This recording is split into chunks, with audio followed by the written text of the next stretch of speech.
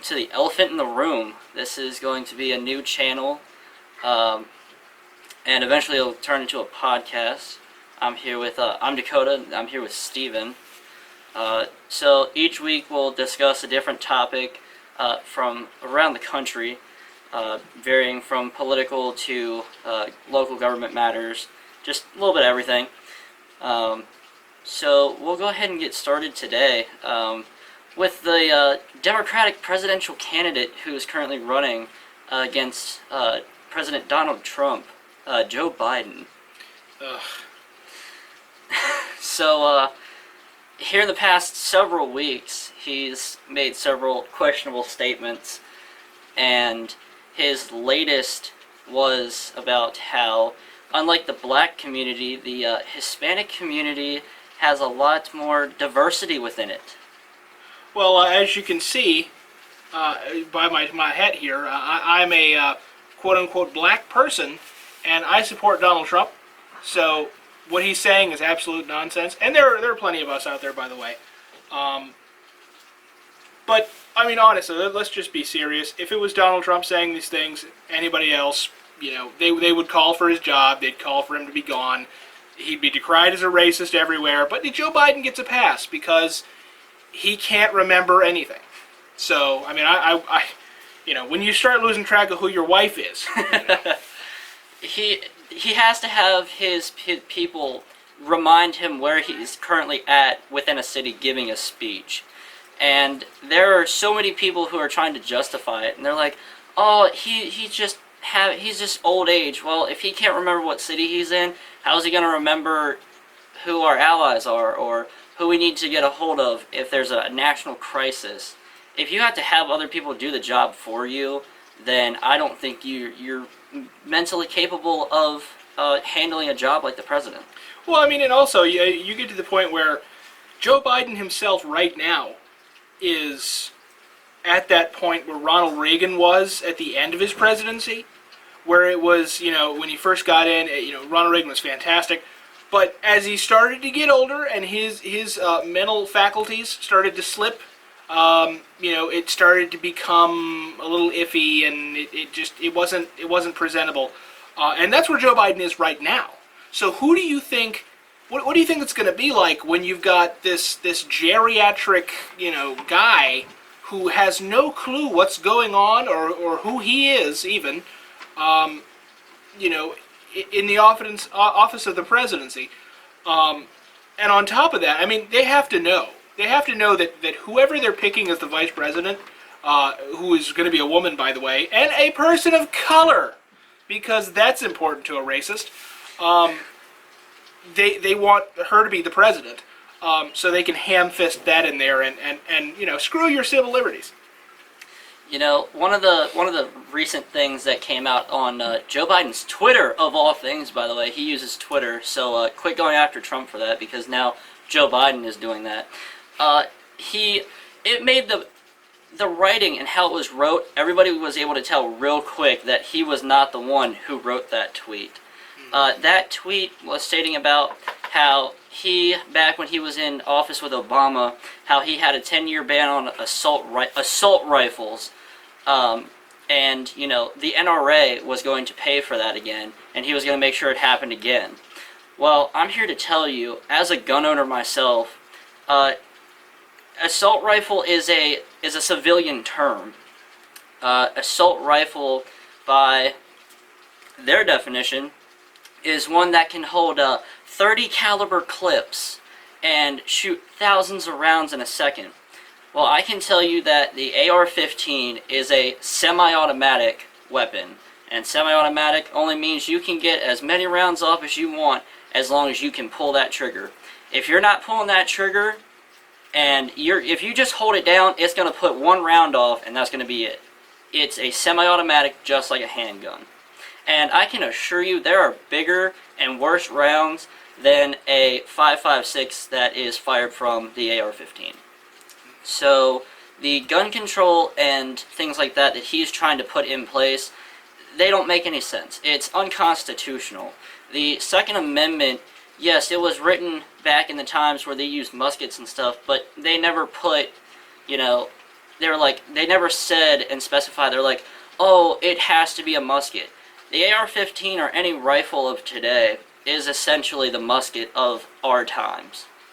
It is the weapon of choice of the owner who purchases that firearm to protect their families, to put food on their family's table, to put food for themselves, to protect their family, to protect their livelihood, their homesteads, their houses, their apartments, whatever.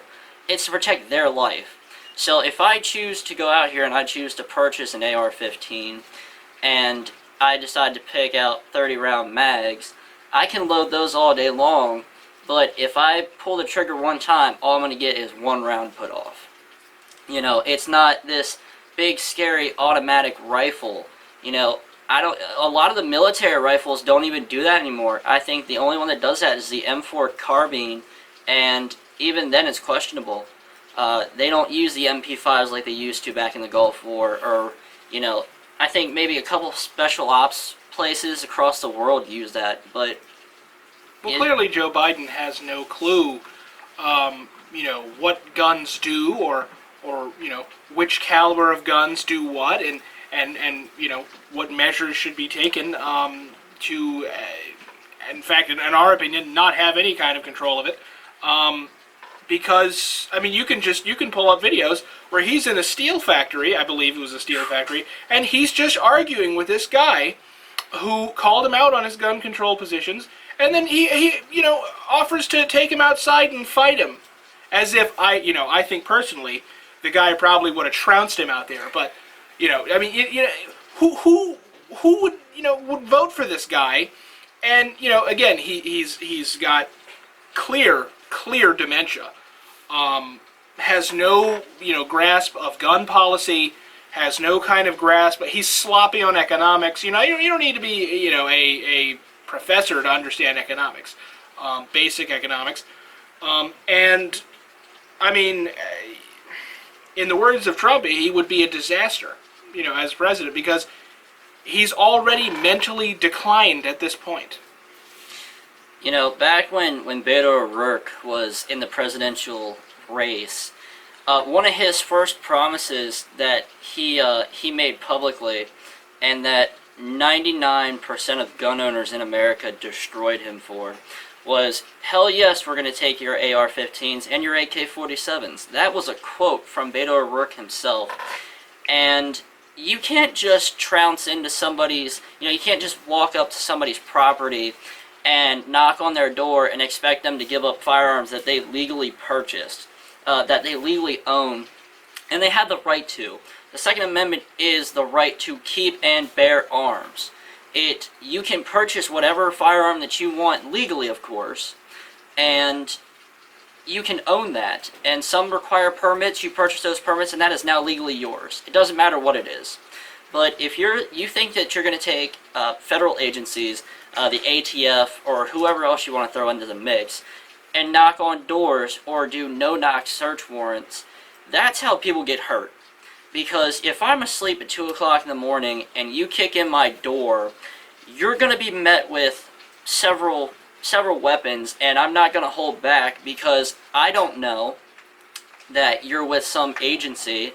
And if it's a no-knock search warrant, they don't have to announce themselves. They'll kick in your door. And that leads for a lot of problems, especially here in the state of West Virginia. We had the Castle Doctrine law and we had the Stand Your Ground law. Now what the Castle Doctrine does is it allows you, if somebody is making valid threats against you and maybe brandishing a weapon in the front yard or wherever they're at, you have the right, even before they cross the threshold of your house, you have the right, if you believe that they are going to cause you harm, that you can kill them. If they kick in your door and then make entry into your house, I can kill you.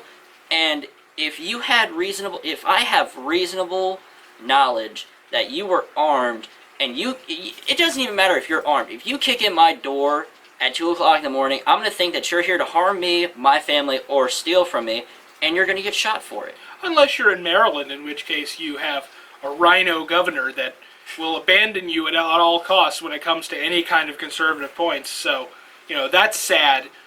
But, you know, again, as he said, the Second Amendment is the right to keep and bear arms. It is ratified in the Constitution, and Beto O'Rourke. I hate to say it, but he was very appealing to people in Texas. You should be ashamed of yourself if that was somebody that you voted for. But he holds that position, as do a lot of these liberals that the lay people will tell you, oh, nobody's coming after your guns, it's never going to happen. But your leaders do. They want to. They want to, but we're not going to let them. And in the ballot box, you'll see that pretty soon here. Now let me give you an example of that. I don't know if most of you know this, but those of us who have done the research, who have seen it, back when they stormed David Koresh's compound on Mount Carmel, Texas, it was based off of the fact that they had firearms. It was it was a religious cult, and the laws were on and off at that point about like what age you could marry at and everything like that. But one of the main reasons that they showed up to his doorstep was the supposed firearms that he kept there. Now, whether he kept them there or not, we don't know that for sure because of what ensued. They pushed gas into the compound and it ignited, burned the compound to the ground, and killed many people there. Many people. And the government wanted to cover it up because they knew they were wrong, and they were using the gas. It was CS gas before it was knocked down to like pepper spray and stuff that they use nowadays. It was a highly volatile substance, and when they pushed that gas into the compound and it ignited, it killed all those people. So the threat of them wanting to kick in your door and do no-knock raids and take away your firearms that Joe Biden wants to propose, that Beto O'Rourke had proposed, it's not good. It's not going to go good for anybody. And things like this spread like wildfire nowadays. You've got the news outlets, you've got social media, you've got local media. You can't keep that kind of stuff quiet nowadays. It doesn't work. So, a cover-up of, oh, well, we kicked in this guy's door and he just started shooting. Well, the reason behind that is because those people were exercising their rights and you decided to do a no-knock search warrant where you don't have to identify yourself as, a police department, a federal agency. Yeah, you will get shot at and people are going to get hurt and people are going to get killed. It's not a good law. It's not a good idea. I mean, if you want to start a civil war, that's what it would be. That you would give the government so much power that they would go door to door and think that they're going to grab people's guns out of their houses, whether they do, no search warrants to go in and grab people's guns or knock on the door, whatever the case may be. People are not going to give them up. You might have some lemmings that will jump off the cliff, but for the most part, it's not going to go well. Whoever the federal agents are that are going to come to the door with their guns, and they think that people are going to hand their guns over to them. No, it's not going to happen. And if you want to see widespread conflict, you think these Antifa people are any kind of a threat out here now? Watch and try and take the guns. Joe Biden, any one of these people, whoever his successor, king, dictator, Nancy Pelosi puts in place, and she thinks she's getting in there, that's a whole nother issue. Whoever it may be that wants to take the guns, I'm telling you now, I'm not advocating for violence. I'm not saying that we should immediately go out there and do it now. But if you want to try it, it's going to happen. I'm just throwing it out there. And again, you think the Antifa stuff is something, you haven't seen it yet. Now, here's my problem with the Antifa and the Black Lives Matter, especially Black Lives Matter, because on their website you can actually go and you can find out you'll go on their website, you can find their About Us page, and you look at the real fine print, and it's going to all these Democratic pockets. It's going to their the higher ups. Joe Biden's going to line his pockets, Nancy Pelosi will line her pockets. the promise of them giving to the black communities, they've done nothing. In fact, the Black Lives Matter movement has done nothing but destroy black communities.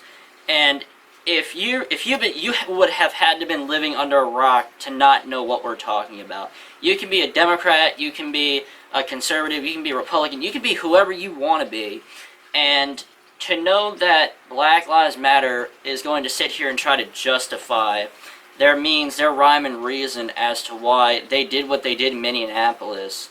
You know, am I advocating for Derek Chauvin? No, I'm not. Absolutely not. He did not have the right to do that. But what transpired after George Floyd's death, the rioting, the burning of the cities, you know, if you look at pictures, Minneapolis looked like a war zone. It looked like a scene from the Middle East.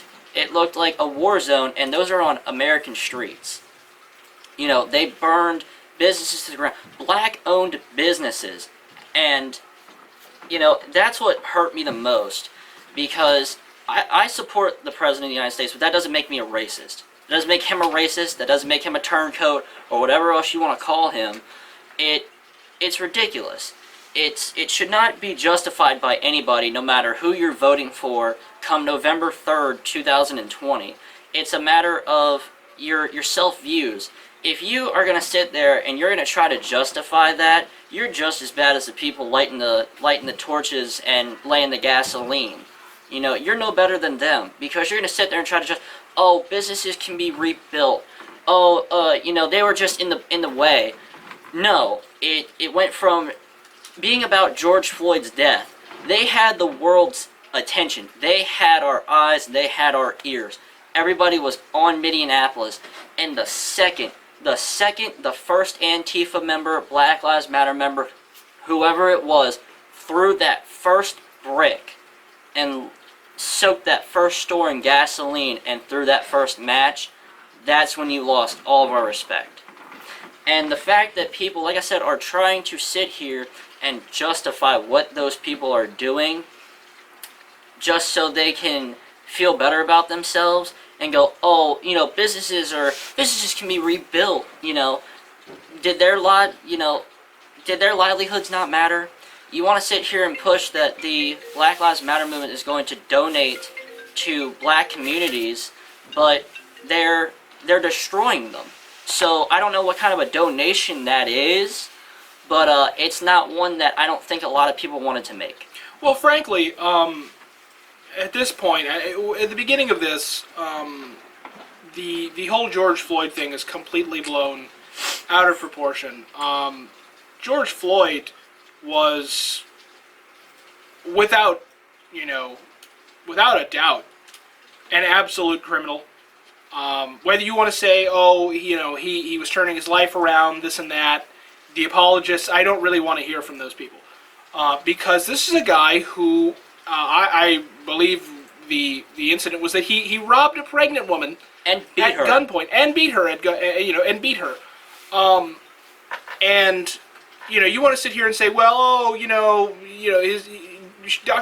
Derek Chauvin shouldn't have put his knee on George Floyd's neck. Nah, okay, fine. I'll grant you that he shouldn't have had him on the ground with his knee on his neck. Okay, that's fine. Okay. That was bad police training on his part, and he knows better. But, with that said, George Floyd was hopped up on all kinds of drugs. Meth, fentanyl, and 2 or 3 other not so friendly drugs. Well, you know, and so with all these things in his system, you know, his family goes, they pay for a autopsy to be done on him to examine what his cause of death was, whether it was asphyxiation, which would be him dying of the choking by the neck, with the knee on his neck, or something else. Well, it is now known that George Floyd had heart problems, and then he also, again, had all kinds of drugs running through his system. He was already hopped up on whatever he was on when they got him out of the car, and they were just speaking to him politely. And, you know, he supposedly said that he couldn't breathe before they even put the chokehold on him. So, you know, if you want to sit here and say, well, you know, they shouldn't have done what he did, that's fine. That's fine. He shouldn't have put his knee on him. However, George Floyd was a criminal who was hopped up on drugs. And that's the problem. You know, in my unique perspective of being half African American, I can say that, you know, there's far too much glorification of criminals and low class people. You know, why are you concerned about criminals that are being mistreated by the police? Why don't you worry about rebuilding your communities? Why don't you worry about, you know, setting your children up for success where they can go to better schools and things like this? You know, and being aware of what you're doing politically. But, you know, and that leads to Black Lives Matter. Black Lives Matter can say all day what they want about, you know, oh, you know, we're for oppressed peoples and this and that and all that. But when you start supporting the destruction of businesses, when you start supporting violence in the streets, you've lost everybody. Oh, and by the way, you know, everybody's watching Black Lives Matter. We know that your leaders are trained Marxists, in your words, trained communists. And that was in a released statement by Black Lives Matter officials. Yes. Officials. We are trained Marxists. That is a quote. You can look that up. That is factual. That was a quote. Trained Marxists. And by the way, if you think nobody knows that the money that you're funneling through your whole little campaign that you're running is going straight to Joe Biden's campaign, if you think nobody knows that, if you think that we don't know you're a military wing of the DNC, people know, okay? The people are starting to get the knowledge about you, and you know, I believe the numbers of black men or black people as a whole voting for Donald Trump is something around 42%, I believe. And so the sweat is starting to bubble up on Nancy Pelosi's ass when that rolls in. So that's why you're escalating your tactics. That's why you're throwing your bricks. That's why you're getting your Antifa thugs to mug people in the streets. That's why you're burning down buildings. And everybody sees through you. And the consciousness of the American people to see the hoodwinking that's going on right now in front of their very eyes through Black Lives Matter, through the Democrat Party, everybody knows. It's starting, the curtain is starting to be lifted. Now, I will say that with their statement of the trained Marxists, they have a little LARPing group, we'll call it that. The NFAC, I believe it was, if I'm not mistaken, the NFAC crew. Well, they just had a little get-together in the streets, and one of their members decided it was a good idea to put his finger on the bang switch on his rifle, and incidentally shot 3 people. Now, one of the leaders of this NFAC division of Black Lives Matter put out a video that was quickly dismantled by quite a few people, and I watched the video myself. I said, seen a lot of people dismantle that video because that genius decided to take whatever rifle he had, an M16 it looked like possibly, and he was like, oh, if you hit it on the ground, the round is now fired off. Well, when he took that rifle, struck it on the table, the bolt came up. It closed. The bolt closed. Now, any knowledgeable gun owner, myself, and Steven, you can back me up on this, any knowledgeable gun owner, anybody who has an interest in firearms, knows that the firing pin has to be pulled forward by the action of the trigger to fire off a round. Because if that firing pin never makes contact with that round, guess what? The round doesn't go off. And anybody who has any basic knowledge of firearms knows that unless you have some ancient firearm that was owned from years and years ago that might get knocked over, if you keep that loaded, that's just your own stupidity, and it goes off. But anything of much more modern times, if you crack it on the ground, it's not going to go off. And what he did, he proved absolutely nothing by doing that. The bolt closed. That's no big surprise. And he wanted to go, oh, and now I've just fired off around, and people at he even called out the military, and he was like, at basic training, they're blowing their heads off because every time they crack the rifle on the ground, or they are cleaning it, they blow their face off. And I'm like, no. And there was a drill sergeant, Army drill sergeant, who went off on this guy about it, and he's like, you're just an idiot. Because, like I said, unless you pull the trigger and that firing pin is sent forward to hit the percussion cap on the back of the round, it's not going to go off. It's a safety feature. It's not going to go. I can sit here with my new rifle cracking on the ground all day long, and it's not going to go off. I can have one racked into the chamber ready to go, and until I pull that trigger and that firing pin's sent forward, it's not going to go off. Well, and, you know, I'm going to put my conspiracy hat on here for a second and make the assumption that when you see these videos of these, NFAC guys walking around these towns and essentially extorting people for money with their guns and their, what I assume is, very small amount of training, I have to wonder, who's funding them? Who's funding these guys with their, bulletproof vests and their military-grade guns? Because it's a lot of them. Military-grade guns. I have to wonder, is it a old gentleman by the name of Soros? But I'll just add that comment and leave it there for anybody who's interested in that. And here as of recently, the NRA is quite active on social media. I follow the NRA on my Instagram, on my Facebook. I don't have a Twitter, unfortunately. Thinking about getting Good one. on you. Good on me, probably. But they just had a lawsuit filed against them. This isn't some big secret, and the NRA is a big corporation, and it's really a bad term to use. But they offer training. They offer firearms training. But what the Democratic Party is accusing them of is sending their members out here and committing these atrocities, these school shootings, or these mass killings. That is not the case.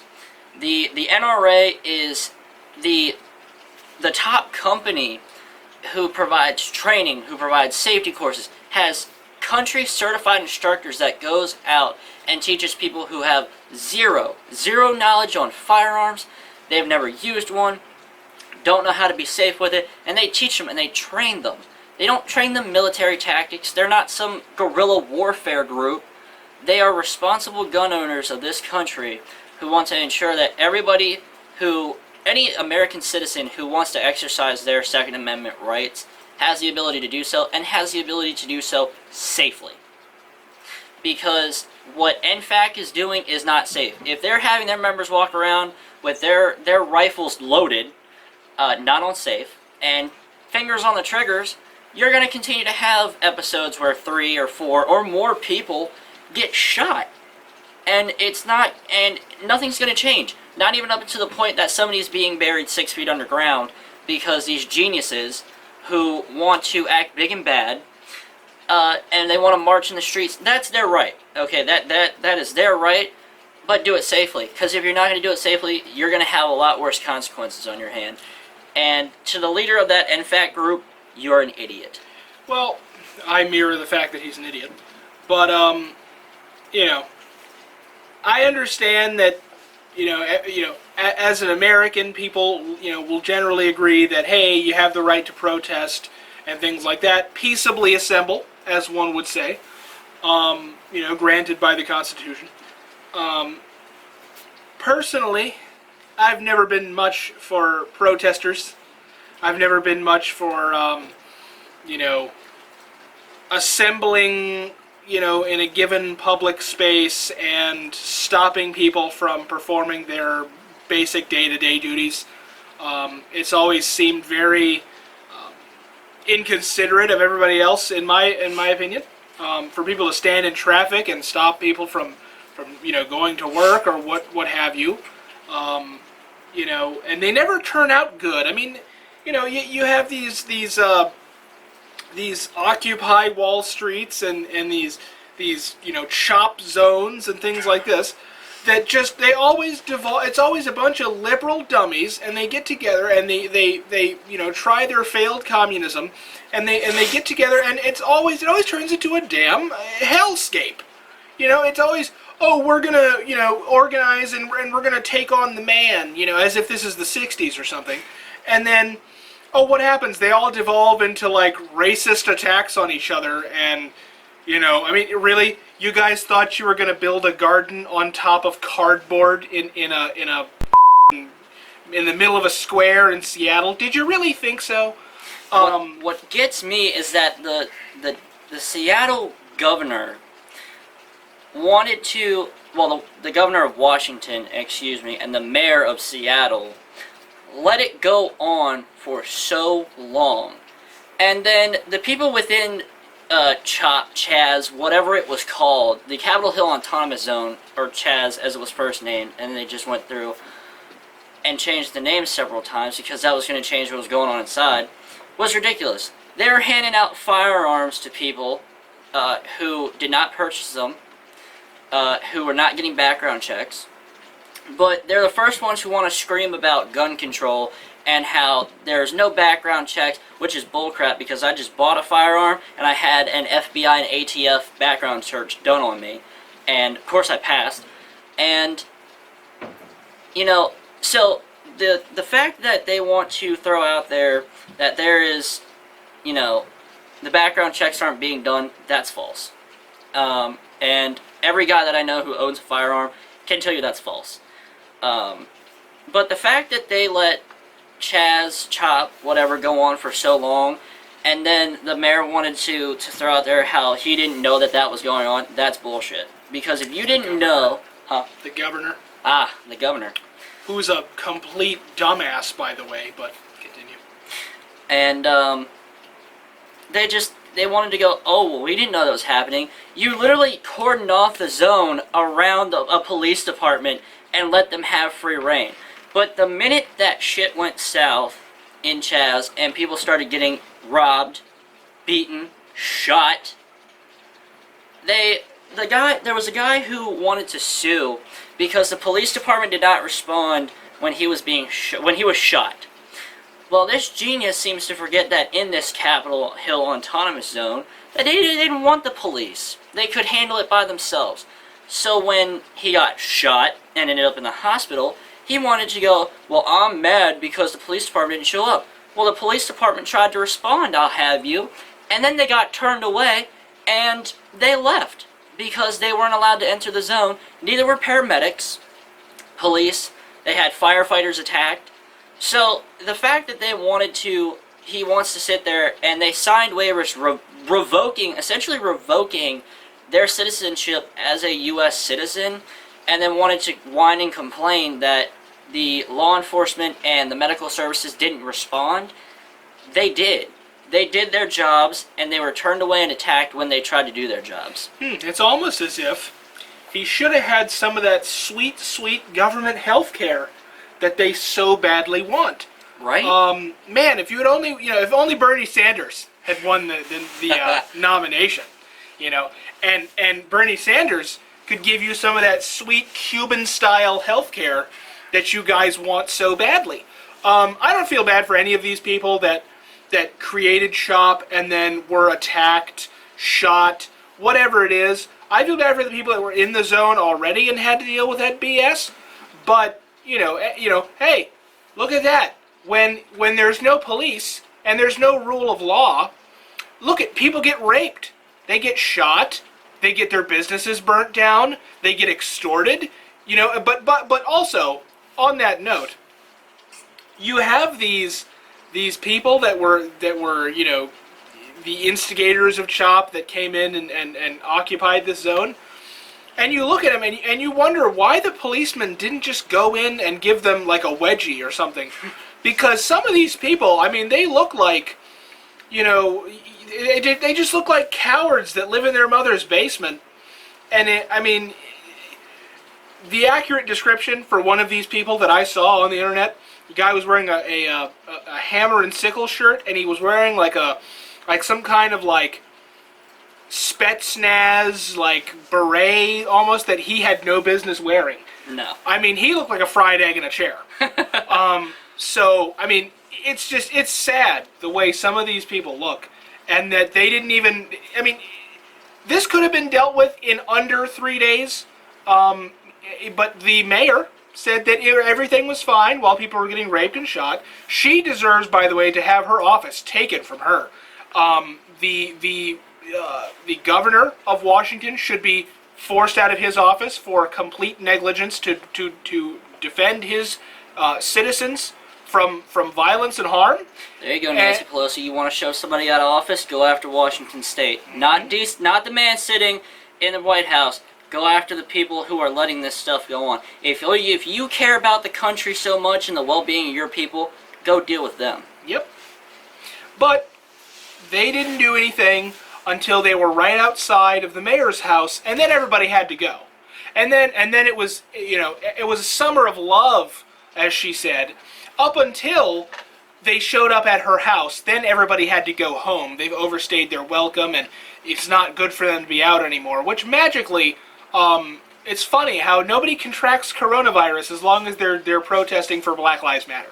But again, she's already dealing with issues, the mayor of Seattle, for being completely negligent, and as she should. The people of Seattle should vote her out, and that's what happens anytime you leftists think that you can, get rid of law and order and everything's going to be okay. It's not. And that almost sounds very familiar, almost a similar situation in Illinois, a certain city within that state, ran by a certain somebody, I think her name is Lightfoot. Mayor Lightfoot of Chicago. Same problem. Ridiculous name. Same problem, except that happens anyways. That doesn't matter what's going on. The crime rates in Chicago are horrible, and you don't have to be a rocket scientist to see that. And she didn't want federal officers that Trump was sending brought into her city until they hit her doorstep, until they started showing up outside of her house, and she's like, yes, oh, please send us help. Oh, please send your federal officers. Now, that's also going on in Portland, all over the place. Detroit, Chicago, Washington State, Washington, D.C. And those federal officers are not some secret police force like Nancy Pelosi wants to make it out to be.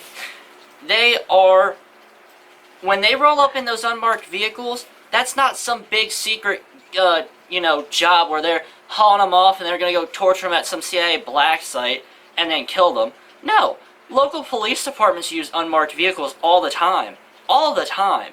It's not some big, oh, they're using unmarked vehicles. No, if you ever been stopped by traffic enforcement, 90% of those guys, a lot of those guys have unmarked vehicles. And it's not some big surprise. So that they rolled up in a minivan, they jumped out and they're arresting these instigators, and Nancy Pelosi wants to go, oh, it's reminiscent of the Nazis and the stormtroopers. No, it's not. No, it isn't. Unmarked police forces are not some big secret. They've got plainclothes officers, plainclothes detectives, and these guys are federal law enforcement, so they don't have to identify themselves when they're picking these people up off the streets. And they have nameplates and stuff on their uniforms stating where they're from. What if there is an instance where they're involved in an underground crime ring and they've got undercover officers? They're trying to get this bill passed where all of them have to wear, bright orange Post-it notes screaming, "I'm police." That's going to get people killed. And that's going to make those organizations tighten down. And then they're going to get no information. And then they're going to continue to be allowed to run wild. And it's pretty sad. So, great job on the president's behalf of sending those federal officers in to regain control of these cities that these governors and these mayors don't want to have control over. I think New York City, if they haven't already been deployed to New York City ought to be hit next. Seriously. Because the Cuomo, I can't even believe, he wanted to release all these prisoners when coronavirus came about, and he wants to go, oh, our crime rates are a lot lower now that all these people are out of jail. No. In fact, that's not the case. If you look at New York's crime statistics nowadays, they've skyrocketed. Shootings were up 200%, homicide rates were up, robbery rates were up. Those people were in jail, and they were part of the problem, so they were tossed into the solution known as a jail cell. So, the fact that you want to sit there and you want to release a statement stating that your crime rates are so exponentially lower that now that you've released criminals, they were in jail for a reason. It's not because, they wrote their name wrong on some school paper. They were thrown in there because they're killers, they're rapists, they're robbers, they're drug dealers, they're drug, kingpins, whatever it is, whatever the case may be, that's who they are. They were put in jail for a reason. Yeah, I think, as much as Andrew Cuomo gets praised on how wonderful New York City's response to the coronavirus was, all of the older and elderly people that died because of him putting coronavirus patients in their hospitals, in their nursing homes, those are on his hands. Okay, so when we want to talk about how nice and orderly Andrew Cuomo was during the coronavirus, let's talk about that. Let's talk about Anthony I'm a fraud Fauci, and how he has completely changed his tune over and over again about what the guidelines to coronavirus are, if there even are any. He's now saying, oh, let's wear goggles, like you would wear in science class or something like that, and on top of the masks too, by the way.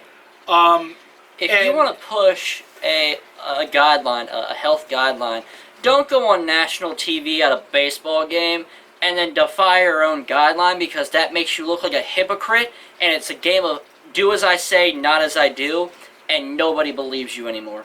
Oh, and when all of it started, he said nobody should be worried about it, nobody would be wearing a mask, nobody should be wearing a mask, because, this is not something the American people need to worry about. 2 weeks to flatten the curve. 2 weeks to flatten the curve, and that's it. But now, it's wear goggles, wear a mask.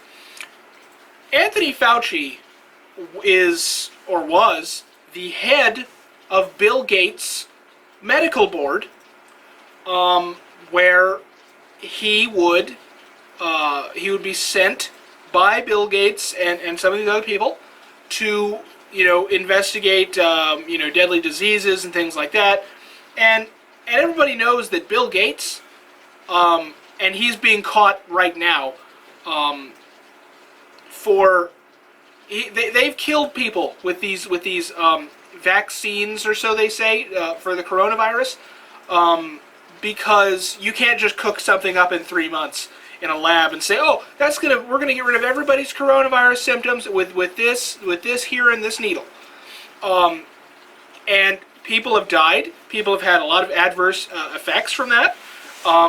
And when he's questioned on it, it just is what it is. We've got to have time to flatten everything out and figure it all out. You should be doing that before you release that new fancy medication or whatever you want to shove into people. You can test it on humans, but you can't just expect it to go, oh, we just did a day of trials and nobody seems to be sick so far, so we're going to go ahead and push that and make everybody get it. Because I can tell you, every time that I've gotten the flu shot and they've revamped them in the labs and stuff, I've gotten sick every single time, without fail. Every time. Every time I got the flu shot, I was sick as a dog. In fact, 2 years ago, I got the flu twice, back to back. I was sick for over a month because I got the injection. So whatever injections that they want to push out prematurely, and they want to get them out fast and now, you got to look at the adverse effects and long-term effects. And if you think that there's a kink in the system, you should probably fix that before you put it out to the national market. everybody knows at this point, or they're starting to, that this has nothing to do, these lockdowns, these coronavirus lockdowns, and these vaccines, and whatever it is that the elite are pushing on people, it has nothing to do with any kind of a virus or anything that they say is happening. What it's really about is how long they can keep the economy closed up. What it is how long they can get, the socio-political situation to collapse in the country, to get people against one another, and how long it'll be until the Democrat Party can grab power, because that's what this is. This is the coronavirus is a joke.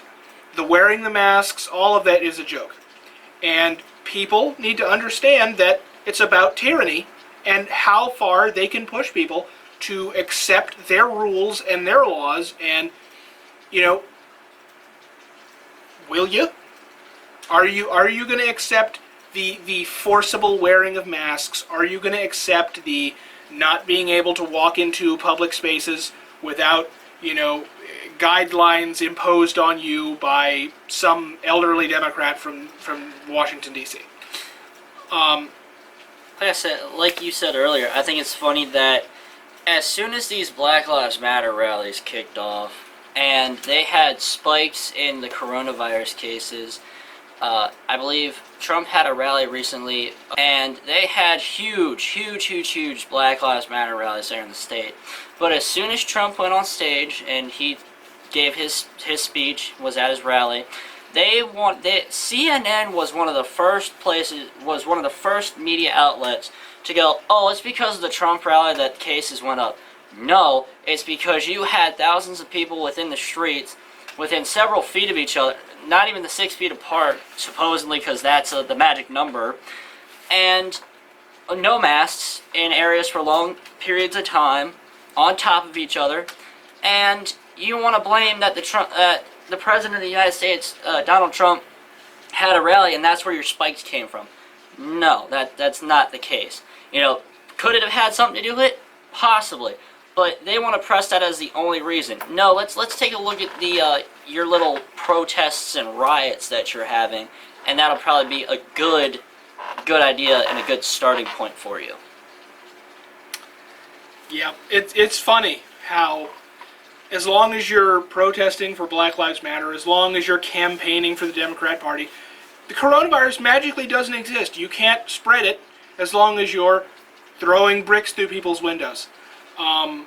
But as you can see, that's absolutely fabricated nonsense. I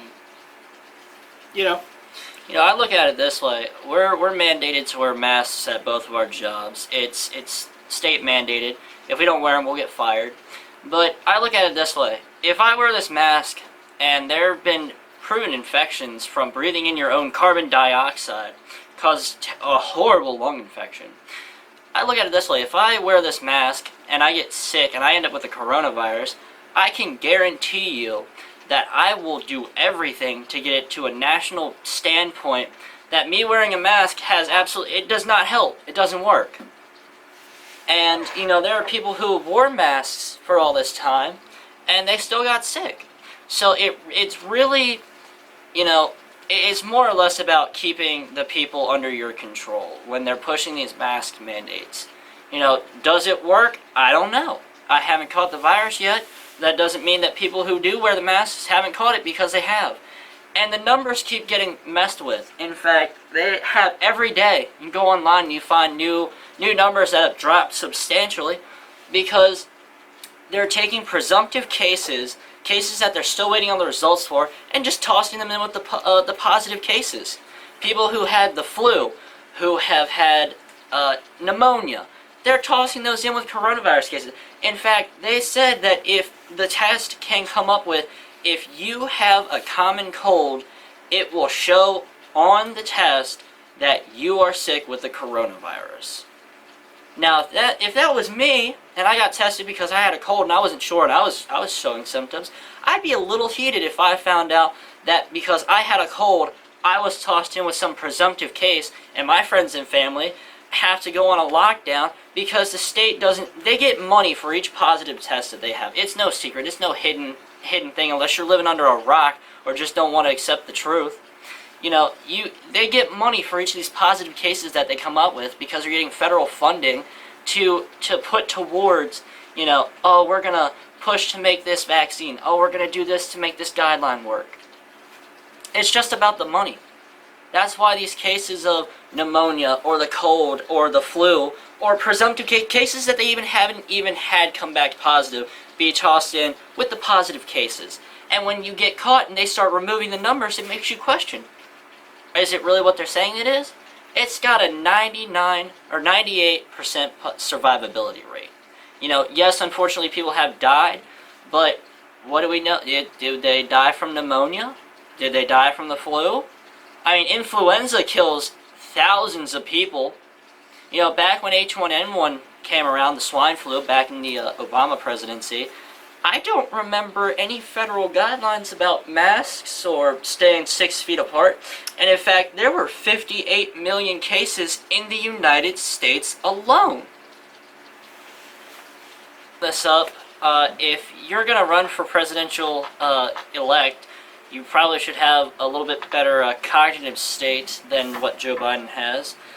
If you want to dress in all black and skinny jeans and throw bricks into windows, you're not a protester anymore. You're now a rioter. If you want to be some big pharma company and push some vaccine out, make sure all the kinks are done with it so you're not causing people long-term health effects.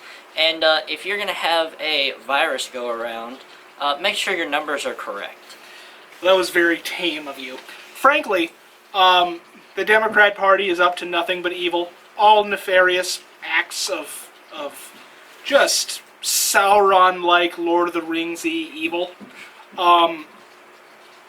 And always remember, you know, this has been the Elephant in the Room podcast. Remember, a clove of garlic a day keeps the Nancy Pelosi away. Remember, keep America great. Keep America great.